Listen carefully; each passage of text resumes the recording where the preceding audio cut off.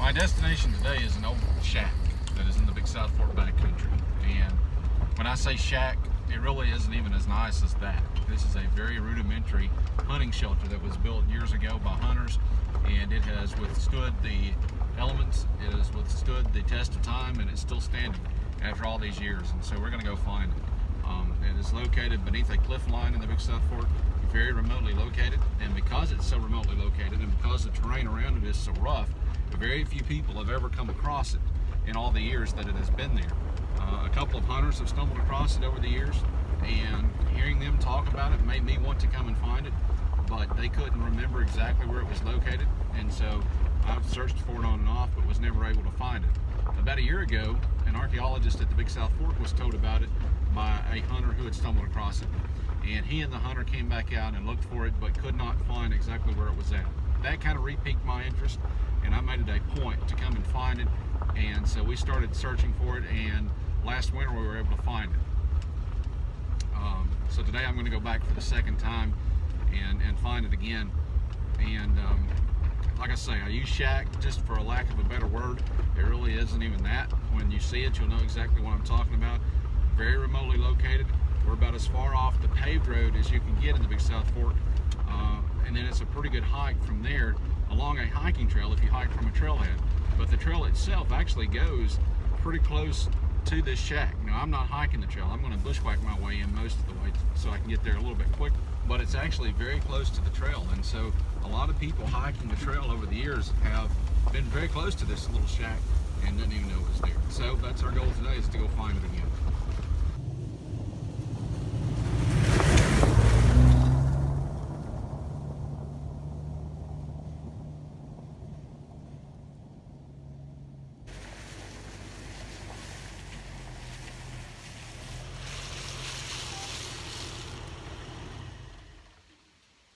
Alright, so this is the starting point, and like I said, I'm not going to actually hike on the trail because it's several miles to get there hiking the trail. I'm going to bushwhack through the backcountry and shave off most of that hike.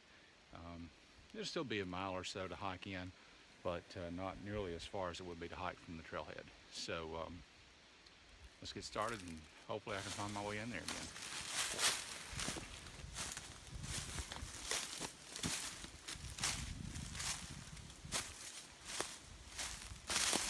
Alright, so the first part of this hike into the shack is going to take me down a ridge that slopes off towards the gorge. And in the Big South Fork, the gorge is usually considered to be anything below the cliff lines that surrounds the river itself and its major tributaries. So anything along the river, and then along places like No Business Creek, Pine Creek, White Oak Creek, Parchcorn Creek, Station Camp Creek, and places like that are considered to be within the gorge. And this is where you find the cliff lines that are here in the Big South Fork. There are a lot of miles of cliff lines in the Big South Fork, and it's under one of these cliff lines that this little shack we're going to was built.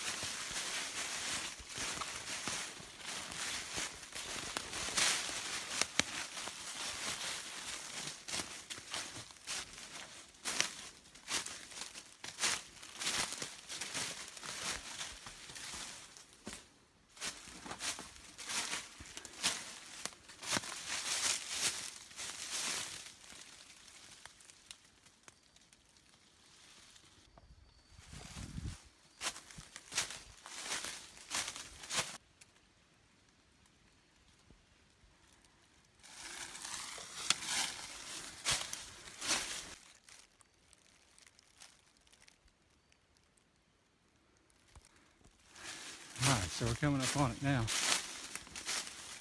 right up under the base of this cliff line.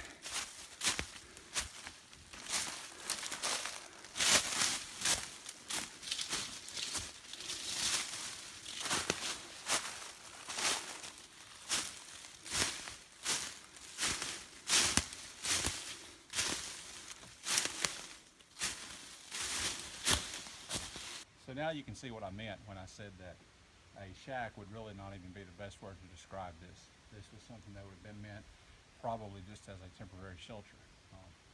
The walls are made out of logs that have been hacked down and nailed together, and then they're covered on the inside with cardboard, which is just about gone now. And then there was a felting for the roof. It's just about gone as well. The floor inside is actually made out of lumber, but it has deteriorated pretty much as well. So when I was hearing about a shack out here, I really didn't know what to expect. I mean, was it something that people lived in at some point? And then as soon as I walked up, obviously you can tell right away, probably no one ever lived in this unless they were single and pretty hard off. But still, it's a pretty unique find, and to just survive the elements all these years makes it unique too, which if it was built out in the open, then it never would have. But the fact that we're under this cliff line and the cliff is protecting it from the wind and the rain and the snow and even the sun, and that has helped this to last a lot longer than it otherwise would have.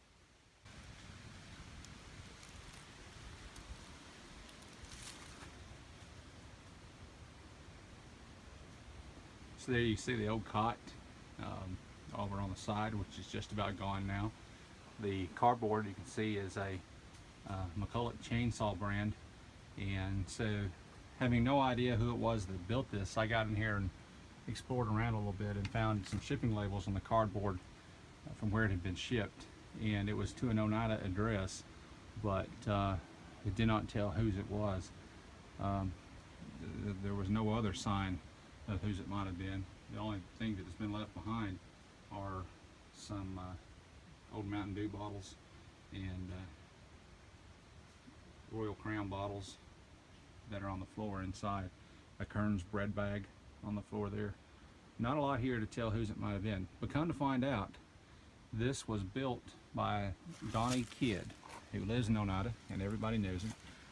I call him the mayor of Coopertown, just to kid around with him, but very well known, and he built this a long time ago. He says he has not been here in a lot of years, so it's pretty cool to come out here and find it still standing. You can see that Drew Smith was here in 2006. So there have been a few people who have been across this over the years. Usually when they're out hunting and just happen to stumble across it. When I actually found where it was located, I was stunned that it was as close as it is. Here's the crazy thing. There is a hiking trail that is at the top of the gorge, and it's close enough that you could actually throw a rock and almost hit this thing. And yet almost nobody knows that it's here. And it's just because of where it's located at. It's in a very rough part, even for the gorge, and all of the gorge is rough, but this part is especially rough. And so there just aren't many people that come right into this area. I've been down here a lot of times hunting over the years, but I had never come this way, and we wound up right here. Stepping up here, it's an old beech tree. You can see some initials that were carved in it years and years ago.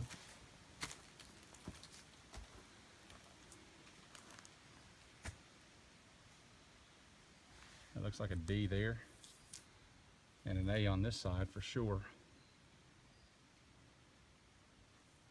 That may be an L. Can't make out what else. It's been a long time. That tree has grown a lot since then. I believe that Donnie told me, if I'm not mistaken, that he built this shack right around 71 or 72. So it's been a few years. So I came in around the base of this cliff line to get out. I'm going to try to go straight up it. Is that going to be possible? I think so. I think I can find a way up. We're going to go find out.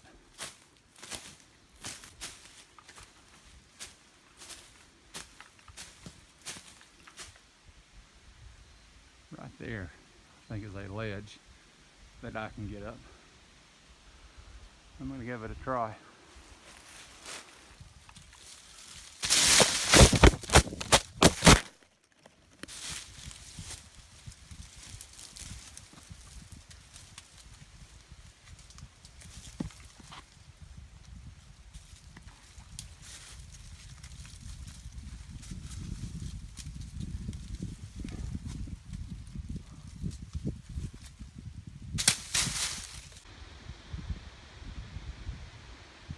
So here's the view from the top.